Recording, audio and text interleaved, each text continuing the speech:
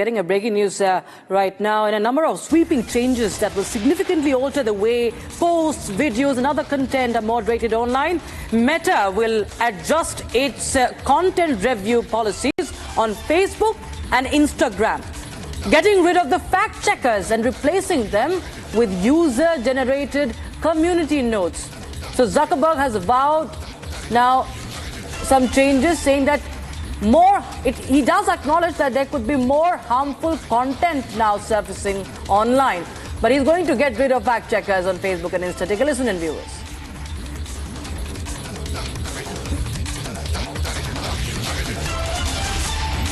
Hey everyone. I want to talk about something important today, because it's time to get back to our roots around free expression on Facebook and Instagram. I started building social media to give people a voice. I gave a speech at Georgetown 5 years ago about the importance of protecting free expression, and I still believe this today. But a lot has happened over the last several years. There's been widespread debate about potential harms from online content.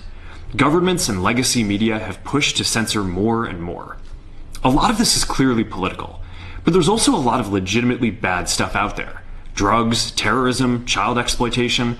These are things that we take very seriously, and I want to make sure that we handle responsibly.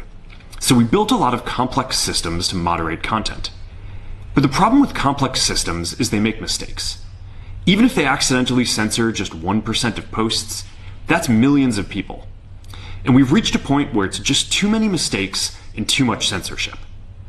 The recent elections also feel like a cultural tipping point towards once again prioritizing speech.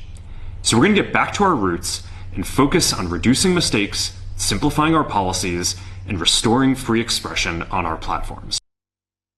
Senior Executive Editor Abhishek Kapoor joins us on the phone line for more. Abhishek, well, Meta is scrapping the fact-checking program, and we saw a similar move by Elon Musk on X. But now there is, of course, the risk of some content that might not be appropriate. But he vows at the same time to restore, freedom of expression. Mark Zuckerberg. Well, that's fear-mongering, Rakshita. Don't go by that. This is clearly, aimed at obfuscation. But the fact of the matter is Mark Zuckerberg is clearly pivoting to the Trump-Musk era.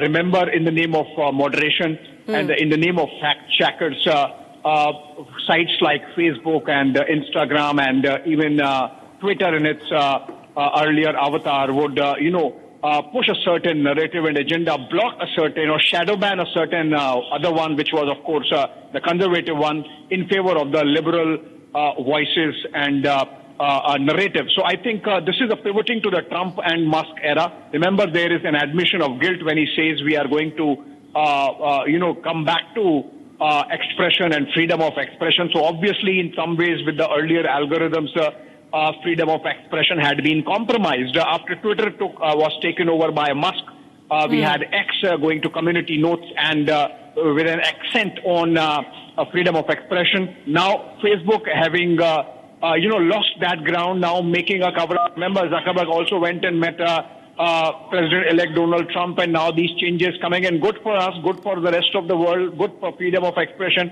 And this is clearly an admission of guilt on the part of Mark Zuckerberg that the algorithms were tweaked in a manner that freedom of expression was compromised. Absolutely. A big move there, and of course has its own meanings there. Thank you so much, Abhishek, for joining us with those details coming in, viewers. So Mark Zuckerberg now announcing a new Meta policy and saying that he's going to do away with the third-party fact-checking program to restore what he says free expression and move to a community notes model.